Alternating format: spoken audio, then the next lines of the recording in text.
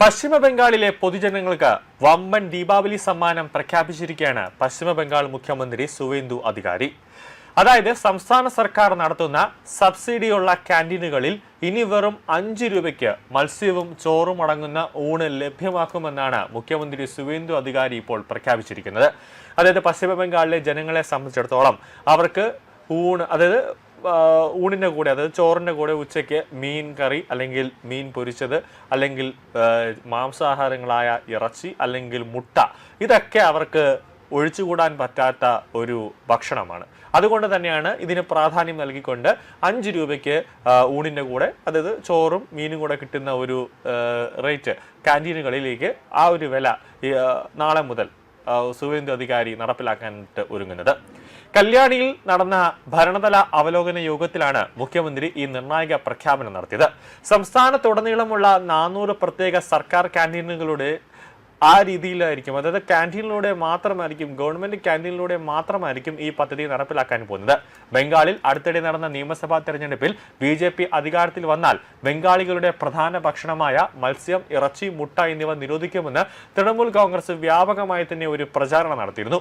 ഏപ്രിലിൽ നടന്ന ഒരു പൊതുയോഗത്തിൽ തൃണമൂൽ കോൺഗ്രസ് അധ്യക്ഷ മമതാ ബാനർജി BJPക്കെതിരെ കടുത്ത ഭാഷയിൽ രംഗത്ത് വന്നിരുന്നു. അതായത് BJP അധികാരത്തിൽ വന്നു കഴിഞ്ഞാൽ മത്സ്യവും ചോറും കഴിച്ചാണ് ബംഗാൾ ജീവിക്കുന്നത്. പക്ഷേ BJPയെ നിങ്ങൾ ജയിപ്പിച്ചു കഴിഞ്ഞാൽ ജനങ്ങളോട് മത്സ്യമോ ഇറച്ചിയോ മുട്ടയോ കഴിക്കരുതെന്ന് BJP പറയുമെന്നാണ് മമതാ ബാനർജി ജനങ്ങളോട് പറഞ്ഞത്.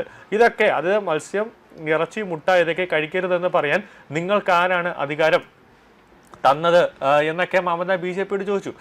പിന്നെ ബംഗാളിലെ ജനങ്ങൾ എന്താണ് കഴിക്കേണ്ടത് എന്നൊക്കെ രൂക്ഷമായ ഭാഷയിൽ ആ തെരഞ്ഞെടുപ്പ് പ്രചാരണ സമയത്ത് മമത തുടുത്തി വിടുകയുണ്ടായി. എന്നാൽ ഈ ആരോപണങ്ങൾക്ക് അക്കാലത്ത് തന്നെ, അത് സ്പോട്ടിൽ തന്നെ ഇതെല്ലാം BJP നിഷേധിക്കുന്ന ഒരു കാഴ്ചപ്പാടാണ് ഉണ്ടായത്. തങ്ങൾ അധികാരത്തിൽ വന്നാൽ അത്തരം നടപടികളൊന്നും ഉണ്ടാകില്ല എന്ന് BJP ജനങ്ങൾക്ക് ഉറപ്പ് നൽകുകയായിരുന്നു. ഇതിന്റെ ഭാഗമായി അനുരാഗ് ഠാക്കൂർ ഉൾപ്പെടെയുള്ള കേന്ദ്ര BJP നേതാക്കൾ ബംഗാളിലെ പ്രചാരണ വേളയിൽ പരസ്യമായി മാച്ച് ഭാരത് മത്സ്യവും ചോറും വിരുന്നുകളിൽ പങ്കെടുക്കുകയും നാമനിർദ്ദേശിക പത്രിക റാലികളിൽ മത്സ്യം കയ്യിലേന്തി ബംഗാളി സംസ്കാരത്തോടുള്ള തങ്ങളുടെ ആഭിമുഖ്യം പ്രകടിപ്പിക്കുകയും ചെയ്തിരുന്നു. ഭയവും ആശയക്കുഴപ്പവും പരത്താനാണ് മമതാ ബാനർജി ശ്രമിക്കുന്നതെന്ന് BJP ഭരിക്കുന്ന 16 സംസ്ഥാനങ്ങളിലും NDA ഭരിക്കുന്ന 20 സംസ്ഥാനങ്ങളിലും ആരുടെയും ഭക്ഷണത്തിനോ ആരാധനയ്ക്കോ യാതൊരുവിധ നിയന്ത്രണങ്ങളും BJP വരുത്തിയിട്ടില്ല എന്ന് വ്യക്തമാക്കിയായിരുന്നു ഓരോ നേതാക്കളും. പശ്ചിമ ബംഗാളിൽ കുറഞ്ഞ നിരക്കിൽ പാവപ്പെട്ടവർക്ക് ഭക്ഷണം നൽകുന്ന ഈ ക്യാൻറ്റീൻ സംവിധാനം ജനങ്ങൾക്കിടയിൽ ഇപ്പോൾ അതീവ ജനപ്രിയമായി മാറിക്കൊണ്ടിരിക്കുകയാണ്. 2021 ഫെബ്രുവരിയിൽ അന്നത്തെ മുഖ്യമന്ത്രി മമതാ ബാനർജിയാണ് മാ ക്യാൻറ്റീൻ എന്ന പേരിൽ ഈ പദ്ധതിക്ക് തുടക്കം കുറിച്ചത്. സാധാരണയായി ഉച്ചയ്ക്ക് 12:30 മുതൽ വൈകുന്നേരം 3 മണി വരെ പ്രവർത്തിക്കുന്ന ഈ ക്യാൻറ്റീനുകളിൽ ഇതുവരെ 5 രൂപയ്ക്ക് ചോറ്, പരിപ്പ്, അതോടൊപ്പം തന്നെ മറ്റു കറികൾ, മുട്ടക്കറി എന്നിവയായിരുന്നു നൽകിയിരുന്നത്. 2021 സംസ്ഥാന ബഡ്ജറ്റിൽ ഇതിനായി 100 കോടി രൂപയും വകയിരുത്തിയിരുന്നു.